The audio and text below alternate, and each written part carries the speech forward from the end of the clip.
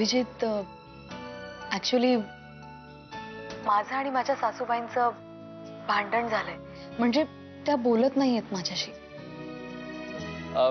Okay, म्हणजे typical सासू सुनेचा problem दिसतोय तुमचा. अरे टिपिकल भांडण असं नाही. माझं आणि माझ्या सासूबाईंचं असं टिपिकल रिलेशनशिप नाहीये. उलट आई आणि मुलीचं प्रेमळ नातं आहे आमच्यामध्ये. मी काय मदत करू शकतो तुम्हाला? अभि, मला फक्त एक निरोप त्यांच्यापर्यंत पोचवायचा होता. त्यांना फक्त एवढंच सांगायचं होतं की आई माझं खरंच खूप प्रेम आहे तुमच्यावर. मला मान्य आहे की मी चूक केली, पण मी इथून पुढे असं कधीच नाही करणार. तुमच्याशी मी कधीच खोटं नाही बोलणार. प्लीज एकदा शेवटचं मला माफ करा ना. माझ्यावरचा राग सोडा प्लीज. मी अनिरुद्ध राजे यांच्या विल संदर्भात बोलणी करायला आलेलो आहे. ते कायमचे परदेशात जाण्यापूर्वी त्यांनी त्यांची विल तयार केलेली आहे आणि त्यातील महत्त्वाचे मुद्दे मी शमिका मॅडमला वाचून दाखवणार आहे. मी श्री अनिरुद्ध राजे माझ्या सत्सद्विवेक बुद्धीने माझ्या मृत्यूपत्रातील खालील मुद्दे जाहीर करतो. माझ्या मुली सौ अश्विनी जय प्रभू आणि सौ शमिका अभिजित पेंडसे यांच्या नावावर माझ्या संपत्तीतील प्रत्येकी 40% भाग मिळावा. त्याचप्रमाणे माझी धाकटी मुलगी कुमारी रिया राजे हिला तिच्या शिक्षणासाठी दरवर्षी एक ठराविक रक्कम देण्यात यावी, जोपर्यंत ती स्वतःच्या पायावर उभी राहत नाही तोपर्यंत. मला माझ्या डॅडच्या प्रॉपर्टी मधला कोणताही हिस्सा नकोय. नाही, पण तुमच्या वडिलांचीच इच्छा होती की तुम्ही तुमचे शेअर्स घ्यावेत म्हणून.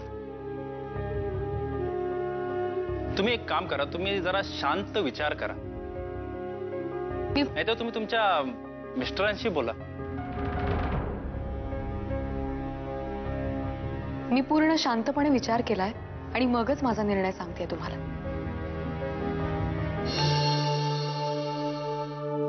काय झालं वकील सर? सॉरी सर, शमिका मॅडमनी त्या विल मधलं त्यांचा शेअर घ्यायचा नकार दिलाय. काय? चला, अजून एक विकेट पडली. असं का केलं शमिका? मी खूप समजवण्याचा प्रयत्न केला पण ते काय ऐकतच नाहीये. माधुरी, काय निर्णय घेतलाय तुम्ही? सर, मलाही तुम्ही आवडता आणि मलाही तुमच्याशी लग्न करायचंय. मला नाही वाटत आपण दोघं एकमेकांना आयुष्यभरासाठी साथ देऊ शकतो. मी तुम्हाला आधीच सांगितलंय, स्वराची आणि तुमची पूर्ण काळजी घ्यायला मी समर्थ. तुम्हाला कुठल्याही तक्रारीला मी जागा देणार नाही कधी. हे बघा माधुरी, माझ्यावर विश्वास ठेवा. माझ्याकडून कधी. सर, मला तुमच्यावर पूर्ण विश्वास आहे. मी माझ्या घरच्यांचं मन दुखावून स्वतः आनंदात नाही राहू शकत. त्यांचा विरोध पत्करून मी स्वतः नाही सुखी राहू शकत माझ्या आयुष्यात. माझ्या घरच्यांच्या आनंदातच माझा आनंद आहे.